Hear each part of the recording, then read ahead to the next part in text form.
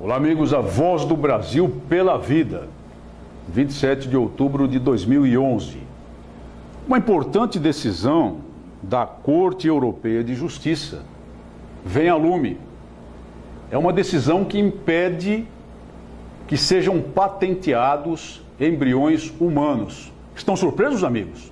Não fiquem, porque na verdade já há, em algumas partes no mundo, autorização para patentear embriões humanos dentro de certas condições que a legislação de alguns países, Estados Unidos, Reino Unido em especial, consideram nos limites éticos.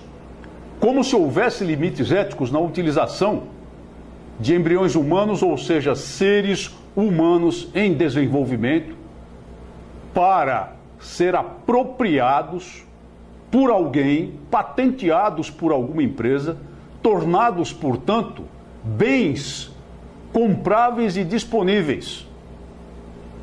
Só a ideia da patente, em qualquer circunstância, mesmo quando se trata de embriões modificados e não é possível adotar e aceitar como desejável, como natural, a modificação de embriões humanos, só isso já é de rejeitar-se por ser algo verdadeiramente atentatório às leis da natureza e verdadeiramente atentatório às leis de Deus. Também devemos lembrar desse aspecto e temos o direito de mencioná-lo, embora argumentos científicos, para demonstrar que a existência humana começa no exato momento da fecundação, hoje em dia já existam de sobejo. Mas essa decisão da Corte Europeia de Justiça, pelo menos impede o que se pretendia, pelo menos impede o que um pesquisador alemão queria: patentear embriões humanos, patentear como dele, como de propriedade intelectual dele, determinadas pesquisas que ele faz com embriões humanos, que em seguida, pelo contexto da pesquisa, são condenados à destruição, ou seja, são condenados à morte, são condenados à chacina em massa.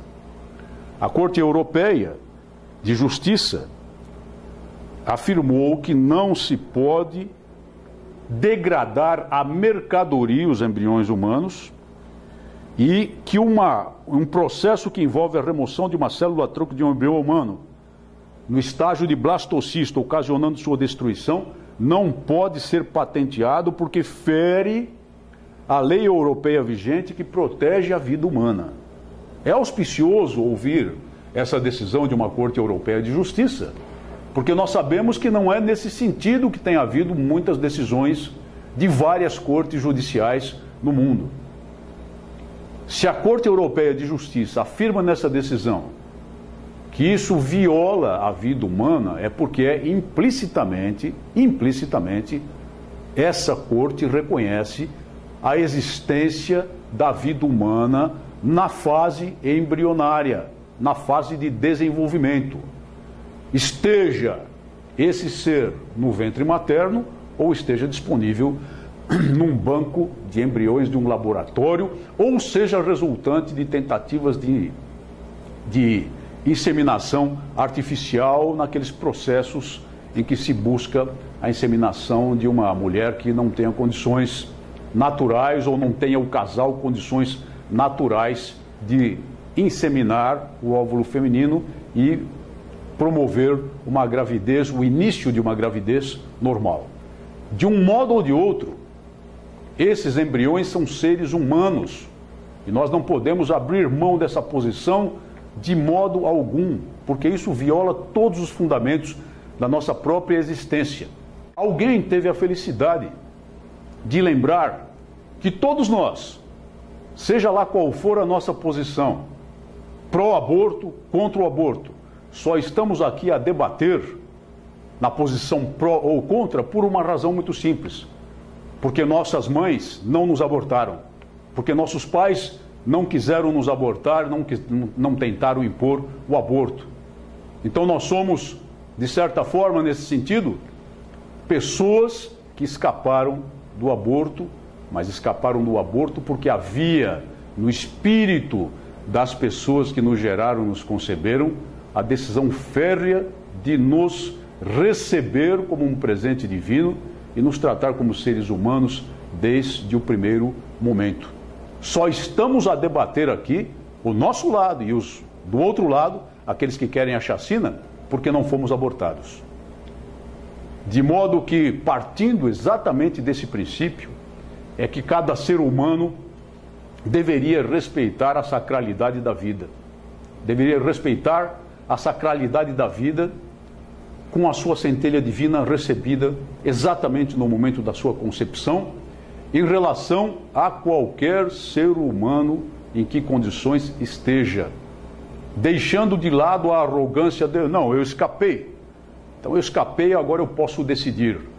E agora que eu sou protegido pelas leis e pela Constituição, eu posso dispor da vida daqueles serizinhos no ventre materno ou em laboratório que não tem ninguém para defendê-los, que são os seres humanos os mais frágeis de toda a humanidade, porque não tem quem os defenda e frequentemente não tem quem fale por eles e frequentemente não tem leis que claramente disponham sobre a sua sacralidade, que disponham sobre os seus direitos antes de vir à luz, disponham dos seus direitos ainda na qualidade de nascituros. Decisão muito importante da União Europeia que nos dá um alento, nos dá um hausto de esperança num mundo que parece caminhar, na maior parte dos países, para uma linha exatamente contrária.